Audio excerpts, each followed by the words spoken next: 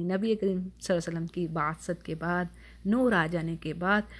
وہی معاشرہ جو ذلت کی پستیوں میں گرا ہوا تھا کیسے آسمان کی بلندیوں کو چھو گیا، یعنی اسلام کی برکت کی وجہ سے۔ اور نبی کریم صلی اللہ علیہ وسلم نے اس سنگ دل رسم کا کیسے خاتمہ کیا، ہمیں بہت ساری احادیث ملتی ہیں، اور پھر پتہ چلتا ہے کہ لوگ کس طرح بچیوں کو بڑھ بڑھ کر پالتے تھے نبی کریم صلی اللہ علیہ وسلم کی ٹیچنگ کے بعد۔ اب دیکھیں بخاری مسلم کی ایک حدیث ہے، آپ صلی اللہ علیہ وسلم نے فرمایا کہ جو شخص ان لڑکیوں کی پیدائش سے آزمائش میں ڈالا جائے گا اور پھر وہ ان سے نیک سلوک کرے گا تو یہ اس کے لیے جہنم کے آگ سے بچاؤ کا ذریعہ بنیں گی۔ پھر نبی کریم صلی اللہ علیہ وسلم فرماتے ہیں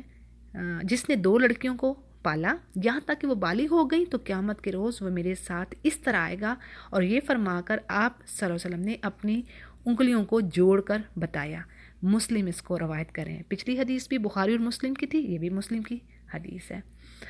کتنی خوبصورت بشارتیں ہیں۔ پھر آپ صلی اللہ علیہ وسلم کی ایک اور حدیث ہے، اس کو ابو داؤد روایت کر رہے ہیں کہ جس کے ہاں لڑکی ہو اور وہ اسے زندہ دفن نہ کرے، نہ ذلیل کر کے رکھے، نہ بیٹے کو اس پر ترجیح دے، اللہ اسے جنت میں داخل کرے گا۔ سبحان اللہ، کتنی خوبصورت تعلیمات ہیں، اور یہ سراسر نور ہے، سراسر نور، روشنی، رحمت سے بھری ہوئی یہ سب چیزیں ہیں۔ پھر اسی طرح ایک اور بڑی خوبصورت حدیث ہے، آپ صلی اللہ علیہ وسلم نے سراقہ بن جوشم سے فرمایا میں تمہیں بتاؤں کہ سب سے بڑا صدقہ کیا ہے؟ تو انہوں نے کہا یا رسول اللہ ضرور بتائیے۔ تو آپ نے فرمایا تیری وہ بیٹی جو طلاق پا کر یا بیوہ ہو کر تیری طرف واپس پلٹ آئے اور تیرے سوا کوئی اس کے لیے کمانے والا نہ ہو۔ یعنی کیا بتایا گیا کہ اگر کسی شخص کی بیٹی، کتنی تکلیف دہ بات ہے اگر کوئی بیٹی بیوہ ہو کر واپس آ جاتی ہے یا اس کو طلاق ہو جاتی ہے تو یہ بہت بڑا غم اور دکھ ہے، لیکن دیکھیں سبحان اللہ